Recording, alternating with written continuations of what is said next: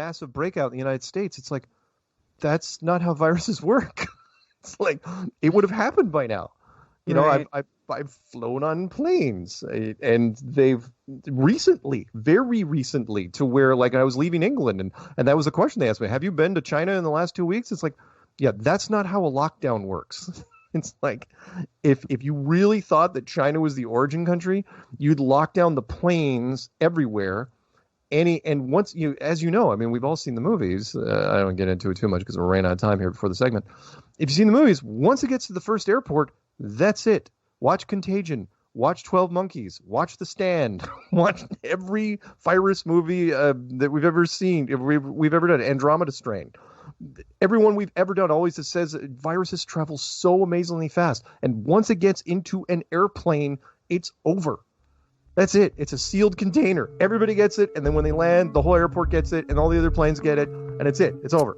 Yes, it seems like another big Scare tactic. mass media scare tactic. Yeah. Yeah. I thought so too initially. There was just another fear beat.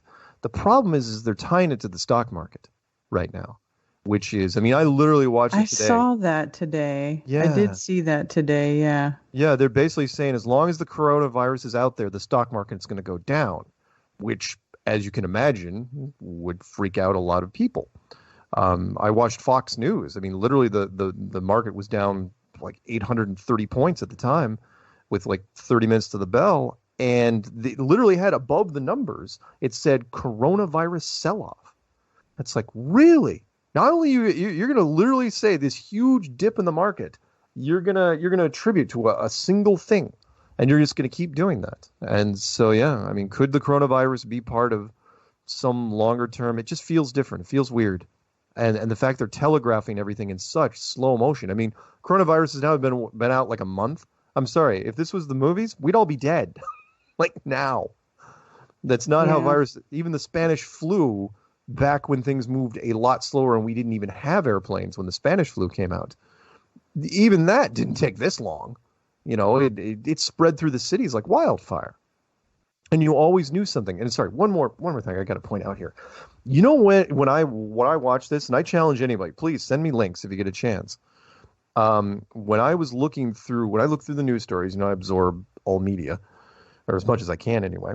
And I keep seeing stories on coronavirus. And you keep expecting to see stuff like you see with plane crashes and train crashes and stuff like that, where faces of the victims, faces of this flight, faces of this, right? You always see the people, right? You always see the people. Mm-hmm. You know, a nice cross section of, you know, white and black and men and women and, you know, people with glasses and people with not glasses, you know, happy photos. And you don't see any of that. I only see photos of Asian people in masks, in groups, and they're not dead. They're just walking around. That's all you see. You see numbers. That's what we see here. The coronavirus seems to be right now just numbers. It is countries and cases within those countries. Not to quote Blazing Saddles, even though it's a very quotable thing, but where are all the white people at? Where are they? If you know full well, if it hits a school, if the coronavirus hits a school and any kid comes down, if a single kid dies in a school in the United States, it's straight out of Contagion. Every mother would pull their child, not just in that county, but probably that state. No one would go to school in that state, and probably some neighboring states as well. Maybe a 3 or 4 or 5 state radius. If that happened, it would. Mothers would do that. And hey, I'm a mom. I would be like, yeah, y'all can stay home for a while. Absolutely. And we haven't seen any of that. We haven't seen. It's like, oh, you say the victims here. Who? Where? Where are these victims? And why aren't there a lot more of them? I'm sorry. The numbers they're releasing are so meager, so feebly low. Yeah. That they just defies. It's like, look, we're losing more people in car crashes on a given week than we are from this thing. So where is it? What exactly is it doing? Sorry, this frustrates me. I know they're doing it because the public is slow on the uptake.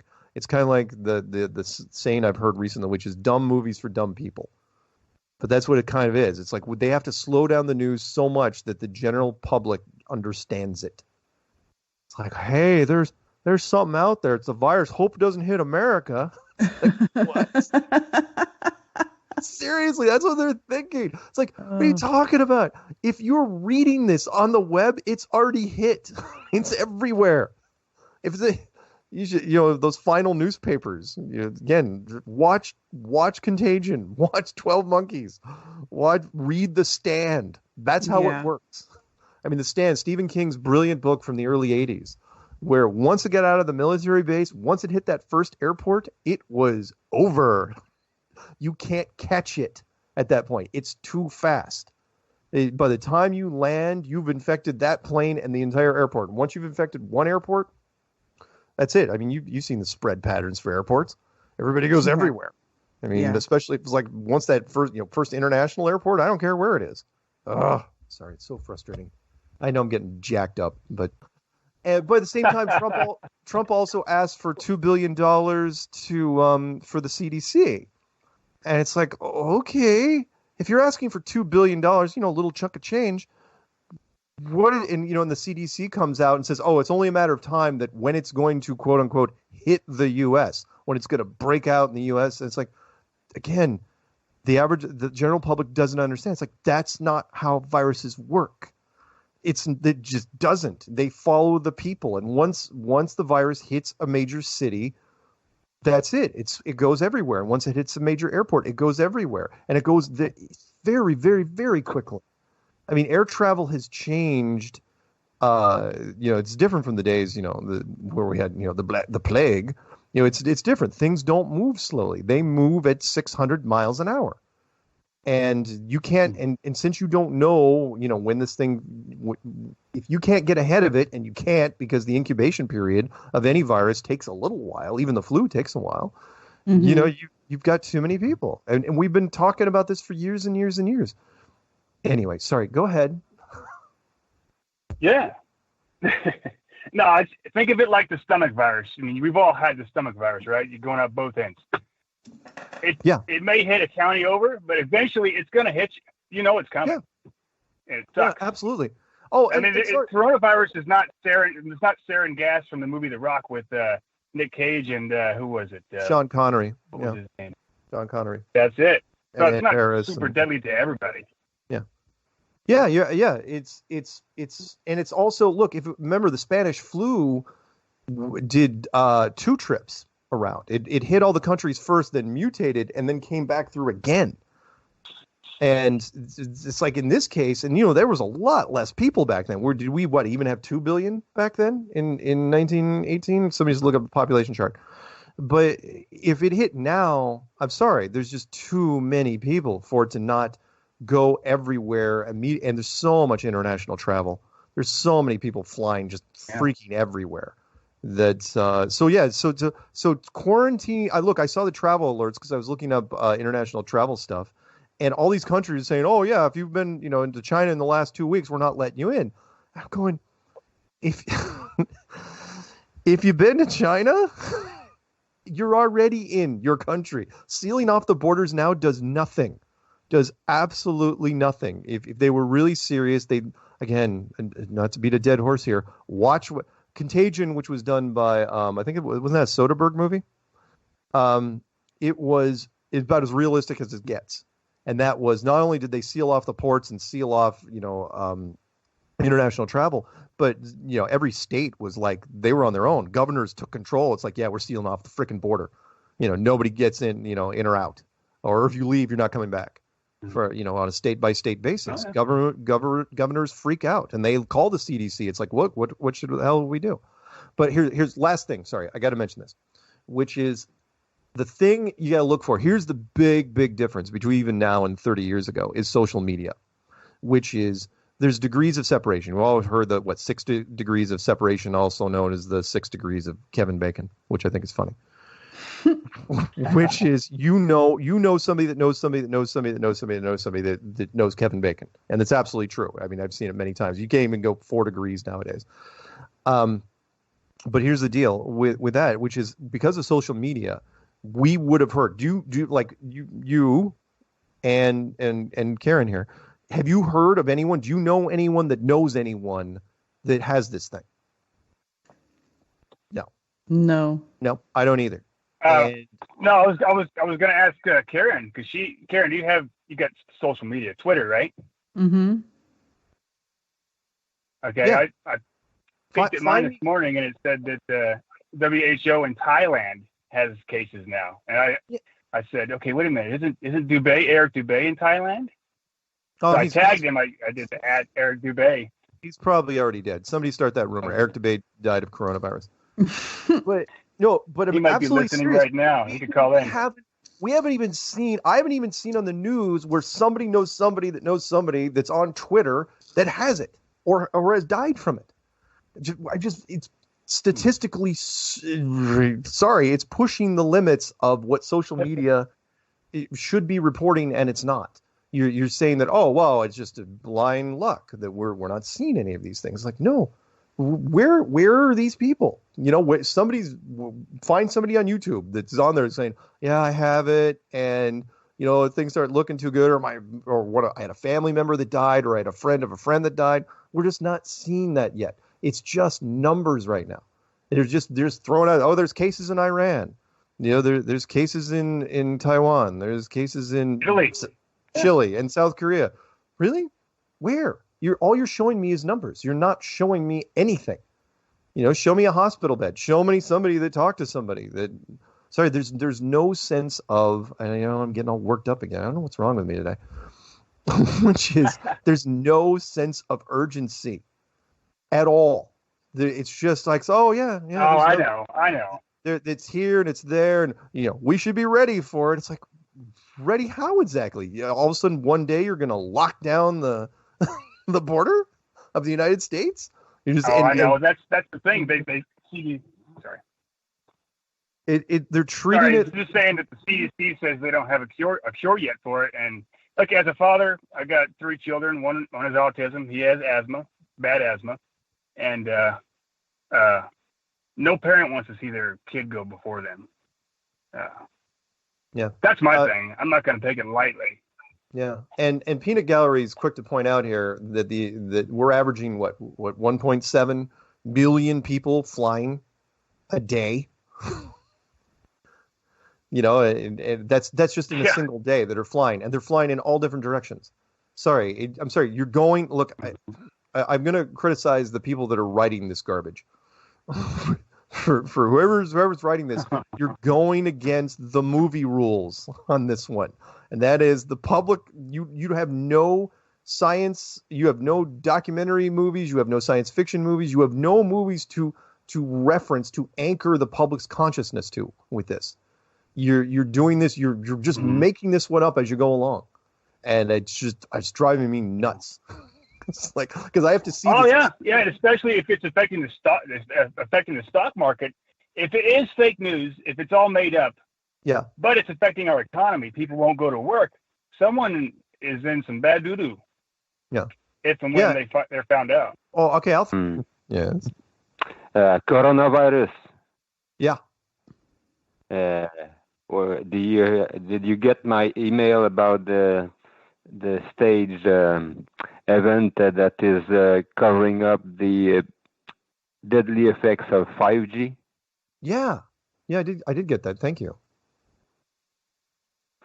So it's a big psychological operation. The virus is just a distraction. The CDC doesn't have a working test. Get that?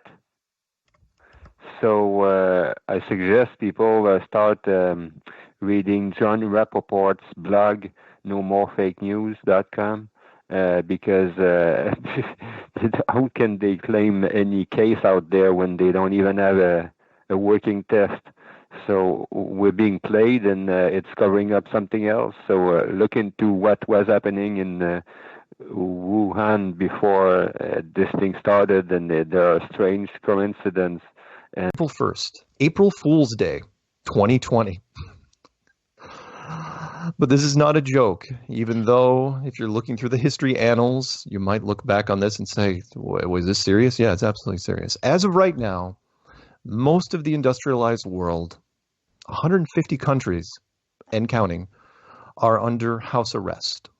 This is not an exaggeration. Every country you can think of is currently closed. Only essential businesses are open, and that essential part is under review at this moment, and that's going to change over time. The economic engine of the world has essentially stopped over a virus which mainstream media has said right now has killed 40,000 people worldwide. So the whole world, 40,000 people, supposedly, if you believe this. And I'm rounding up for perspective. Mm-hmm. If you watch the news in the U.S., the death toll is over 3,000. Keep in mind that in order for this to even be 1% of the U.S. population to fall from the virus, it would take 3.5 million fatalities, which is, relatively what they said initially when this thing started out. This was the mortality rate, which they claimed 1% would be 3.5 million people. Yeah. To reach 1/10 of a percent of the population, we'd have to reach 340,000 people. 1/10 of that is 34,000. And if you take 1/10 of that, that's where we are now. And it's April. Do the math. That number is way too low for a contagion. It gets more complicated from there, of course. Our media is fractured on which direction we are heading. Are we getting worse or are we getting better? The president said last week that we would get past this by Easter Sunday, and then almost immediately afterward changed that to April 30th. But as soon as he said Easter Sunday, NBC came out and said if we did open on Easter Sunday, we would kill millions of people. Millions, really. At the same time, the head of the CDC currently says that we could top out at, well, depending on which interview you read, at 100,000 people. Could be 100, 200, depending on, again, which one you read. Still far shy of the now revised mortality rate of 1.5 million, or 1/2 of 1% of the U.S. population. You think these numbers are dizzying? Fine, I won't do any more numbers. Can you put a price on human life? I'll save most of that argument for the phone calls. But anyone who flat out says no is naive. Of course you can. The problem is that you can't put a price on yourself or your loved ones. That's impossible. But others can put a price on you and your loved ones and do so every day. Example, would you sell your child or any of your children for $1 million? No, of course not. But the child was in the wrong place at the wrong time and became involved in human trafficking, they would sell them for a small fraction of that amount. So how is it that every person with access to the internet has voluntarily locked themselves in their home right now, and as we speak are slowly going crazy? Well, the answer was built into the question. We have gotten to the point where we believe everything that the media tells us. Not the people that are listening here. You guys are woke, wonderful people, and I appreciate every single one of you. But everyone else has bought into this hook, line, and sinker. In just the last few months, the media has been preaching exactly one message, which is be afraid. I mean, pick your favorite media outlet in the United States, ABC, NBC, CBS, CNN. Today, 90% of their stories, you can check it out for yourself, revolve around one thing: the virus. That's all. I'm never gonna call it by its name. It's just ridiculous. It's so redundant at this point. There are stories about heroic doctors against overwhelming odds, some random victims, what the authorities are doing or not doing, and of course, many playing Monday morning quarterback about what should have been done. Inside all of those stories is one theme: be afraid, live in fear, because it could get worse. And for the most part, it's working. People are panic buying in every country because they think tomorrow it's going to get worse. And tomorrow, the items on the shelves may not be there. They are buying everything in the gun shops because they think tomorrow it's going to get worse. And tomorrow they may not be able to protect their family. Senior citizens are rarely coming out of their homes because the media has convinced them they will catch the virus and die. On the flip side, they've also indirectly one under 30 that the worst that they can be is a carrier. And as far as I can tell, that's been proven. So younger people started going to end of the world parties because, well, they don't have to go back to school. You see, all the schools are closed. Did I forget to mention that everything is closed? Not just stores, but all of the distractions. You want to go to a basketball game? Tough. Museum? Not happening. You can go to a restaurant, but you can't sit down. Takeout only, even if it is open. All anyone wants is something to love. Well, you took that away when you closed down all sporting events, museums, and shoe stores. If you can't give them that, give them something to hope for. The general public is simple. They hope for things like a new television episode or, I don't know, how about the 2020 Olympics? Those are gone too. They're not even filming new game shows right now. Game shows. If you can't give them either of those, then just give them something to do. Recently, people who were home on house arrest, and that's exactly what I'm calling it, got really bored and flocked to all the beaches and parks. So the governors of those states closed all the beaches and parks. I'm not kidding. There's a small beach just down the road from me that now has barricades and signs. I live on an island near Canada. What are we going to do? It was encouraging to see people park just outside the barricade and walk in. I love that about humanity. If there's a loophole, they will find it. Close the parking lot? Fine. We'll park somewhere else. We are now in what I like to call the window. It doesn't matter if you think the virus is a hoax or not, because at this point, most of the general public believes it. Power perceived is power achieved. You told the world on all channels to be afraid, and now everyone lives in fear.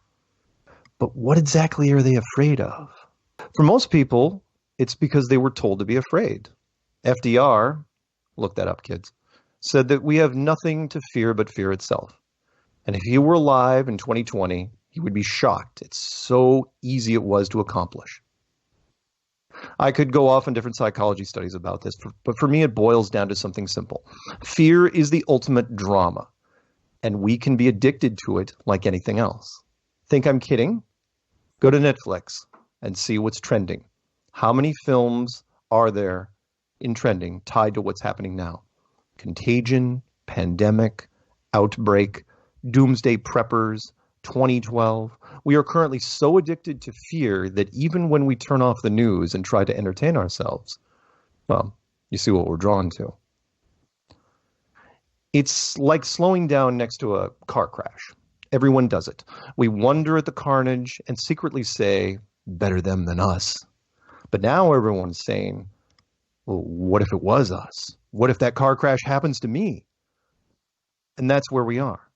Everyone is in fear that things will get worse. Yes, the numbers are going up, but not nearly high enough to warrant a world shutdown. It's April, and people were flying all over the place in December. As a matter of fact, the airports are still open right now. You want to get an airplane? You can totally do it. If the authorities were actually serious about the containment, they would be doing temperature tests at the grocery stores, but they can't because they don't have the health officials to go to every store. And of course, there's the other issue. What if someone tests positive at the door? Do you not let them in? The pharmacies are open, but people are handling things on the shelves and putting them back. No one is wiping down the gas station handles or restaurant door handles, or let's face it, probably 90% of the handles and surfaces we use every day. Yes, you could go over the top and order a total quarantine, which means that all businesses close for a period of time. But that runs the very real risk of actual looting. You see, there is something that the media and governments aren't telling you. There isn't enough law to go around. There never was. That's the real fear. And it's on all sides. If the public starts looting, then they've lost control and all bets are off. I used to think that only a power outage could prompt people to abandon civility and start looting stores out of fear and greed. I'm not so sure anymore. Think of where everyone you know is right now. They are home. Not working, burning through what little savings they have. Their kids are home as well. There is nowhere to go and nothing to do.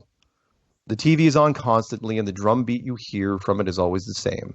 Be afraid, live in fear.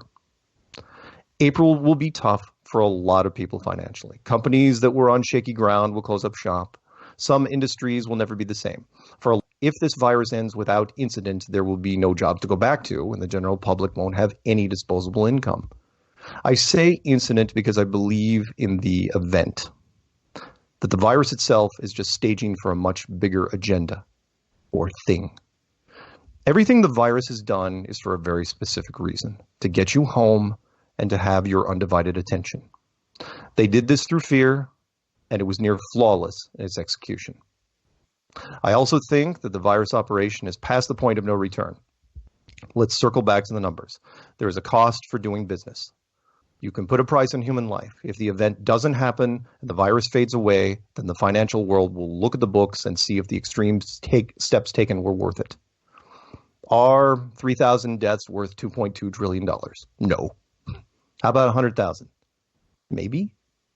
The tobacco industry killed millions, and all of those companies are still around today. Unless you break 1 million deaths, not cases, deaths, then the states won't go along with any disease in the future. In short, this will become the greatest cry wolf example in history of, well, ever. So the secondary agenda has to move forward, and the event has to proceed, whatever it is. I'm going a bit off-road here, so let me give some easy advice and end with this. The next time you run into someone who talks to you with fear in their eyes and starts crying about how things are going to get much worse, calmly ask them, when? Don't be afraid because of what could happen. Just be ready for when it does. In short, don't be scared. Be prepared. This rant sponsored. For the sake of people who turn this into a separate audio clip, let's be official. My name is Mark Sargent, and I am in no way a whistleblower for any particular group. I don't work for any government agency, and therefore am not divulging any classified or privileged information. I will, however, try to give my insight on what everything over the last 4 months has been leading to. It's been leading to what I like to call, and you guys have figured this out by now, the infrastructure event, or the event in all caps, for short. There's been many public gatherings that have been called events over the years, and numerous buildings with event center built into the title. This is different. This is the only event in our history deserving of all caps, in my opinion. What is the event? I think it's celestial, meaning something coming from above. It could also be seismic or tectonic or from below. Hell, it could be the third secret of Fatima. Not really sure. I'm still trying to work all that out.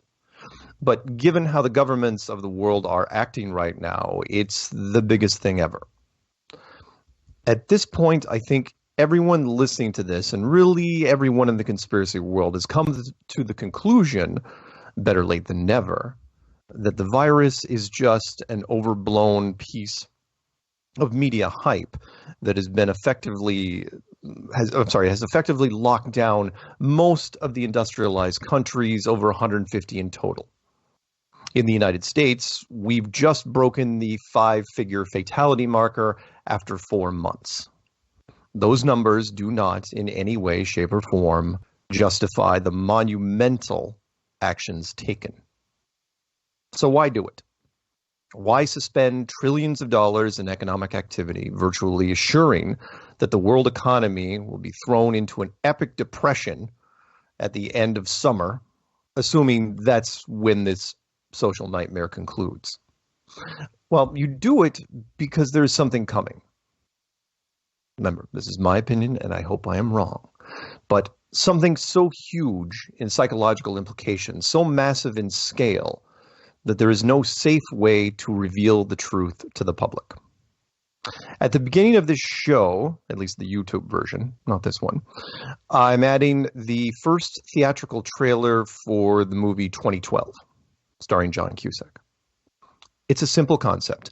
A cataclysm is going to change the world, and the government does not tell the general public, while secretly taking steps for years that would help rebuild the infrastructure after the event. This is why I call what is to come the infrastructure event. Everything that the governments have been recently doing are raising eyebrows, but everyone, it seems, is trying to connect just a few dots rather than all of them. I will explain. First and foremost, you have to realize this isn't just an American crisis. It never was.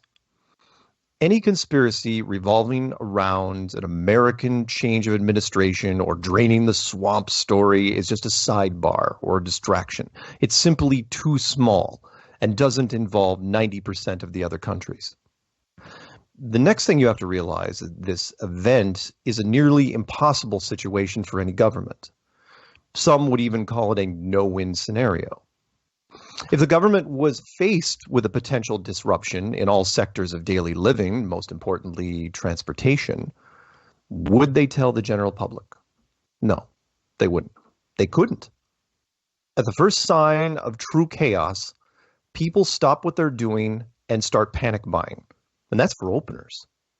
This is even before the power goes out and life is, for the most part, normal. An American president once said that you should only tell the general public as much truth as they can handle. I didn't used to believe in that. I do now. To quote a movie, which you all probably know and love, a person is smart, but people are dumb, panicky, dangerous, and you know it. So what does a government do to prepare for a secret disaster, potentially? First, create a massive communications infrastructure, second to none, and make sure the public is all in. 300 million smartphones? You stockpile billions of rounds of extra ammunition for your military in case the factories are damaged. We did that some years ago. Some of you might even remember it. Look it up. You top off all the strategic oil reserves for the country. While refined gasoline can expire like milk, crude oil lasts much longer. You now have some breathing room when it comes to all types of fuel for your military. And speaking of military, you relocate all your available forces so that they are in a place where they can help keep the peace or help to rebuild infrastructure. You close as many bases as possible in the Middle East, leaving just enough to hold the oil refineries if tactically feasible. You cancel the troop participation in the 2020 war games. You reactivate all military reserves for people under 50 years old. We've done all of these things in the last few months. There have even been rumors that we have a possible invasion force that could take back Venezuela from Russia if the event was big enough and we survived intact. Venezuela has the most oil next to the Middle East, in case you didn't know that. You also do very public things, like setting up large temporary hospitals in major cities, and deploy the National Guard to those locations in case the event creates casualties, which looks likely at this point. You build large FEMA camps for the refugees from damaged areas. If you're in the conspiracy world, you've already made the decision to avoid these camps whenever possible. It doesn't matter now. You see, in some affected areas, the camps will be the only places with food, water, and shelter. They will be filled to capacity quickly, and they will all be volunteers. What happens to the people once they've gone into the camps? I don't know. Just pointing out a fact. People will do almost anything to feed their children. You install redundant cell phone towers onto the most solid, low-profile buildings that you can for when the network fails. Yes, that means 5G, and yes, that means schools and hospitals. They are closed after all. If you're a government trying to get communications back up, the health issues are secondary. The empire comes first, and the biggest empire to get back up and running after the event wins. But all of these things, even though well thought out and crucial to rebuilding the infrastructure, are nothing without the final piece, which is the general public. Before the event, you have to get as many of them as close to home as possible. I'll give you a quick visual test that you can do yourself at home. Take any piece of paper and put 4 letter A's in different corners. We'll call that family A. Next, put 4 letter B's into a small cluster. Put a circle around them. Now tear the paper apart and then put the pieces loosely back together. The tearing of the paper, of course, symbolizes the event, and now family A are separated by barriers. This would create a secondary level of chaos that is, let's say, unnecessary. The last thing you want when trying to pick up the pieces is to have millions of families running around looking for each other. It's counterproductive.